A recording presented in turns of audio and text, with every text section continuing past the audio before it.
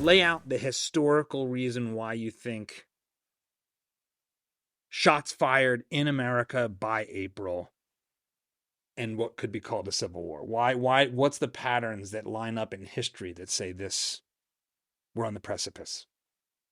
I use a combination of intuition and empiricism, and I'll explain this through both. On the empirical side, I've studied about 5 different historic models, which all say that America will have a civil war in the 2020s, or a large war in the 2020s, depends on the model.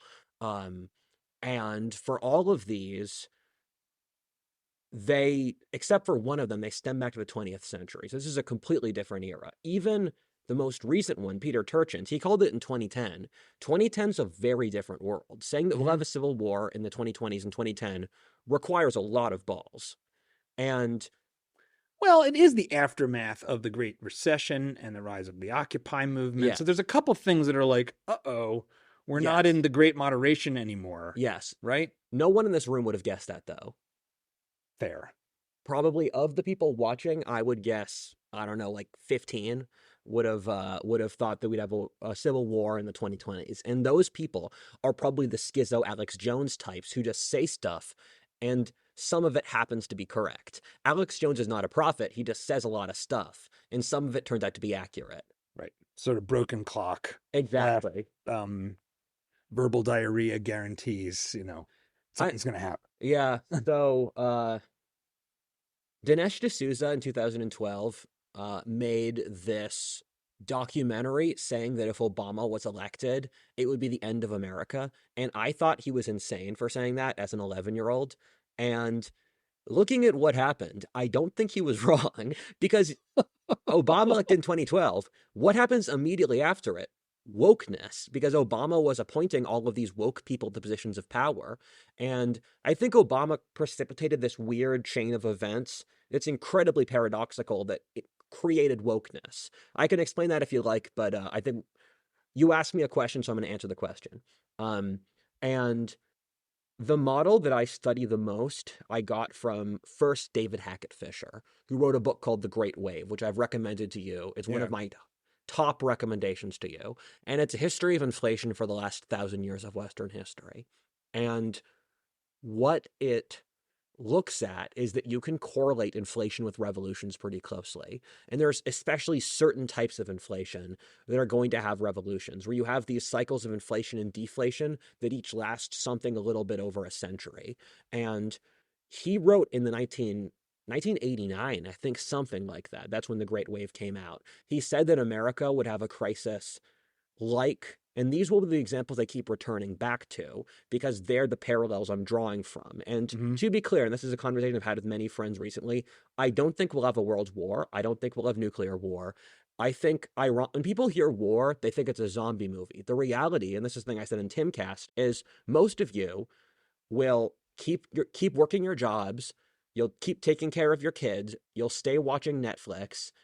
Our YouTube channels will probably still be around. So if you go to Egypt or Sudan or Ukraine or a lot of war zones, life just keeps going. I like to joke, we are a dystopia where you're still expected to go to your job and pay your bills. Because the thing with most dystopias is they get so bad that that mundanity stops. No one cares about paying their bills in 1984. No one cares about paying their bills in Brave New World. Yeah. You're pointing out something that is easy to forget even when you think about the Great Depression, right? Yeah, Which is okay, so you have 25 pushing 30% unemployment at yeah, its depth, but that still means the overwhelming majority of people were employed. yes. The other, And people even made wealth and yeah, built fortunes and things yes. got invented. Like the society broke down quite a bit, but most of it Yeah. was still functioning. I'm also glad you picked the Great Depression because it teases out a point I like to say, but no one brings the conversation in this way. Where whenever I talk about war, people think World War II because World War II is the only mental register we have for war. World War II, though, is a very strange war historically, where uh, if you look at most wars in history, and I'm going to use the Hundred Years' War and the 30 Years' War, which are two conflicts which I use as parallels for our current conflict, Both of those countries, so frame of reference, I forget, no one knows history. 100 Years' War was England versus France for over a century in the 1300s. 30 Years' War was everyone in Europe except for a few countries basically doing Marvel Smash in Central Europe. So when a kid gets a Marvel toy box with Iron Man and Spider-Man and those people, and then they just throw each other in a playpen, that was what the Swedes and the Spanish and the French and the Austrians were doing in Central Europe. And the time frame for the 30 Years' War. 1618, 1648. It's one of those few wars that actually does fit the name. Like 100 Years' War is like 115 years. It's actually literally just 30 years. One of the things that, and I don't know if I think we've talked about this a little bit. Martin Gurry, who's been on the show and who's a friend, has a book, the Revolt of the Public, and one of the things Yeah. he talks about is that we're in a fifth wave of information, as he puts it, and that it, being the internet, and that its level of disruption we still don't fully appreciate. But maybe the best corollary is the printing press, Yeah. and he lays the 30 Years' War at the foot of the printing press and the rise of Protestantism that follows from that. Is Yeah. that how you understand sort of? I know these are kind of big meta I narratives, but I mean, how do you I think about I it? agree with that, but that's not the point I'm trying to make. Sure. I've talked about that in a previous video, the printing press versus the internet. That's a biology point too. And the so 30 Years' War, 100 Years' War, all the countries involved were very weak. And England, France, all the countries in the 30 Years' War, these were all countries where if they had two bad winters, they'd have a civil war.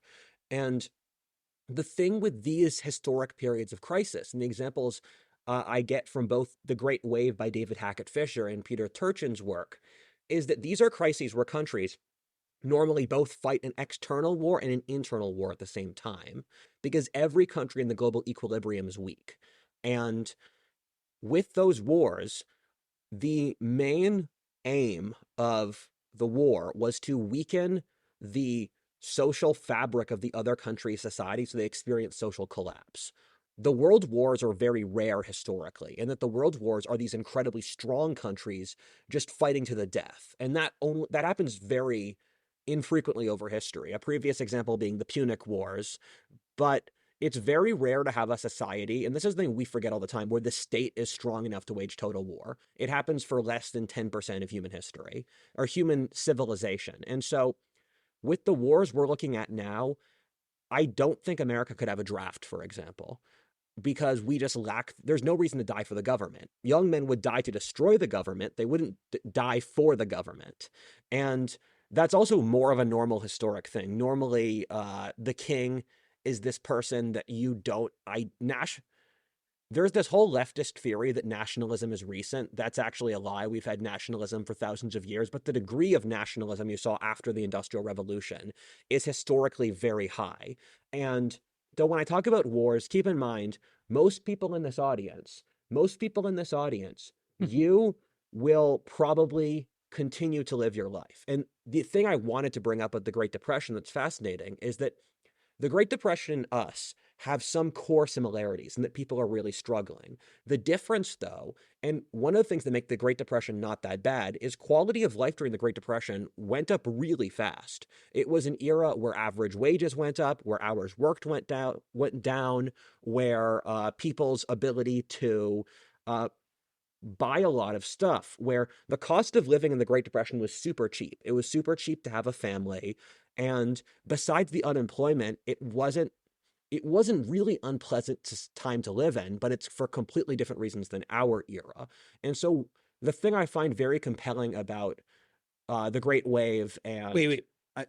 Why do you think it wasn't unpleasant? Do you mean for? I said I meant to say it was unpleasant. Okay. Okay. Okay, It great. was. It was Oh, unpleasant. if I said it wasn't unpleasant, that's insane. I apologize. I meant to say it was unpleasant. Um, yeah, I know relatives who lived through the Great Depression. I'm aware it was unpleasant. Yeah. Okay. And Yeah. yeah, but it's a different kind of unpleasant from today, where if you look at the examples you brought up before, French Revolution, 30 Years' War, or the English Civil War, and then the Black Death. If you want to look at these kinds of economic crises, you see skyrocketing real estate costs. You see cost of living also skyrocketing. You see um, cost of food and other essentials also skyrocketing. You see stock market bull runs and crashes. You see mass government printing of money, the government going bankrupt from their inability to have a fiscal budget, government bloat. You see, I'm glad that you have a background in economics because I haven't been able to get this detailed in other podcasts. You also see incredible inequality. Uh, you see competition for elite jobs that's very stark, average wages crashing, and you see geopolitical tension and political polarization.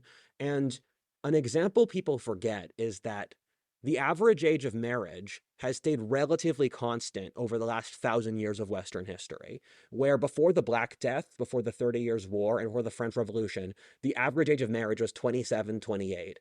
And whenever you hit that range, you're going to have a revolution or a civil war. And I have this whole theory I think you might find interesting that feminism is all backhand, is in some ways largely backhanded cope for people not being able to afford to have families. A woman will be like, oh, uh, I'm a boss babe. I'm just working hard to follow my dreams. And the reason, part of the reason she's saying that is because she legitimately can't afford to start a family. And so it's this backwards rationalization for a decrease in the cost of living. Or she can't afford to have a single income family. So she says, I'm a boss babe to rationalize no longer being in a society where a single man can support a whole family. I the nature of sort of the cost of living crisis that's going on, and especially for, we're separated by enough that I could almost be your dad, which is funny. It's Dad Saves America after all. One of the reasons why I actually wanted to have you on is you're closer in age to my son than to me. Yes. And so you're actually um you're in the middle of generationally this thing that's going on. You're in the midst of several forces that sort of I've aged out of. The and I want to come back to these, but I want to really get the Civil War full picture. But the divergence of men and women politically, the fact that the boy crisis has come to like full flowering. So basically, Yeah. like 60% of college graduates are women, and women really want to be married to someone with at or higher level of Yeah. educational attainment than them. So that creates a crisis. So you've got all this stuff that is hitting your generation that didn't hit me as a Gen Xer. And I want to talk about that because it feels like it Yes. feeds into this. But let's set that aside. And how do these historical episodes of inflation and instability set the stage for what's happening now in America? Aren't we fundamentally in fairly different circumstances, even if that pattern is true? And isn't the inflation not bad enough to cause a civil war? I mean, it hasn't been as bad as the 70s. We didn't have a civil war in the 80s. So why would the recent inflation cause a civil war? Because the average American lives desperately close to subsistence level. And so the slightest thing that goes wrong could completely ruin their lives. And I mean, my question is, what evidence would you, because whenever I get into these discussions, we keep getting to, there's a lot of moving goalposts. So my question is, what evidence would you need me to show you to show that the average American exists in desperation? Well, I want to go into that because Yes. it's like there's other pieces of that are Yes. challenging to me and that I have biases against that Yes. I Yes. want you to challenge on. Yes. But before we do that, the the Civil War part, like what will that mean? Oh, Like what do you see going to happen as a result of these forces that are historically repeated? oh, there's going to be wars and plagues and possibly and wars and plagues and famines. I mean, stuff that's always happened. Um, and I mean, this is just life. I mean, this is just what happens. But I mean, is it literally, do you see it like people holding up in their neighborhoods? I mean, we're here in Austin, Texas. Texas is a super red state, Yeah, yeah. but Austin's very, very, very blue, but it's not as blue as New York. So, But like, how does this play? How would a civil war in the US play out geographically? Like, it's yes. not like the North versus the South, where like, oh, we're in the Yes, North and yes. you're in the South. It's like, is it the cities versus the sub versus the rural people? Like, what happened? So part of the reason I moved here is I assessed this would be one of the best places if there's a civil war because I kind of did the same thing. yeah, But yeah. continue. Exactly. Because actually this is a good segue for me to talk about the how I think a conflict like this would start, Yeah, please. where I have a tier list and I've studied these previous historic conflicts. And the historic conflicts I use as the best proxies are the fall of the Roman Republic, the English Civil War, the French Revolution, and the US Civil War. And so I look for sympathetic connections between them. And the biggest one I would normally use is a budget issue, but due to the circumstances we exist in, I have changed that to an election issue. So my tiers: number one, election issue; number two, budget issue; number three, Trump getting assassinated. And if you guys watch this podcast and I've used a different order for my previous podcasts, I apologize, but this is also not your problem. So Trump getting assassinated, uh, external war, and Black Swan event. And for those that don't know, Black Swan event is a randomized event, like giant, let's say, Low probability, high impact. yeah, exactly. An example, let's say an immigrant kills five young white girls in a Chicago suburb, and then this spirals out into riots across the country, like what happened in the UK. Or And what happened in 2020 with George yeah, Floyd. exactly. Something like that. So, so budget issue was the normal one I put as number one. It was shoved to number two because the English Civil War, the French wars of religion, and France's previous crisis in the 13th Civil War in the 1300s between the Armagnacs and the Burgundians, and then the French Revolution. France starts every single crisis for the last 700 years in the exact same way. There's a struggle between the monarch and the parliament over a budget issue. Then the monarch tells the parliament to shut down. The parliament tells the monarch to go to hell. Twice the parliament has convened in a tennis court and then launched an independent government. You see these weird genetic patterns in how societies have civil wars. Um, and budget issue is number one, and that's or normally number one, it's number two now. And budget issue really scares me because look at our budget. I mean, Well, why is it number two? Because I can speak to this a little bit, but I want to hear yes, why you've moved it to number two. because the election's less than a month away. You should just have an election counter in the background. So whenever your audience watches your show, they'll know it's 7 days until DEF CON. Yeah, one of the things we will have to do is have you back in not too distant a time to see how we're doing on the predictions Yeah. because the world is moving fast. But is that it? You just think that just in rank order of doomsday clock, it's like the budget can't become a disaster as fast as the election will be a Yes, disaster? exactly. That's what I think. Where it's like, imagine you have a house, and for a lot of young people, you do have to imagine that. And imagine you have a house, and your roof is about to cave in due to an issue, and you know something is going to cave your roof in. So you just look there staring at your roof, thinking, "Oh, is this storm going to make my roof cave? Is this storm going to make a roof cave? Is it going to cave naturally?"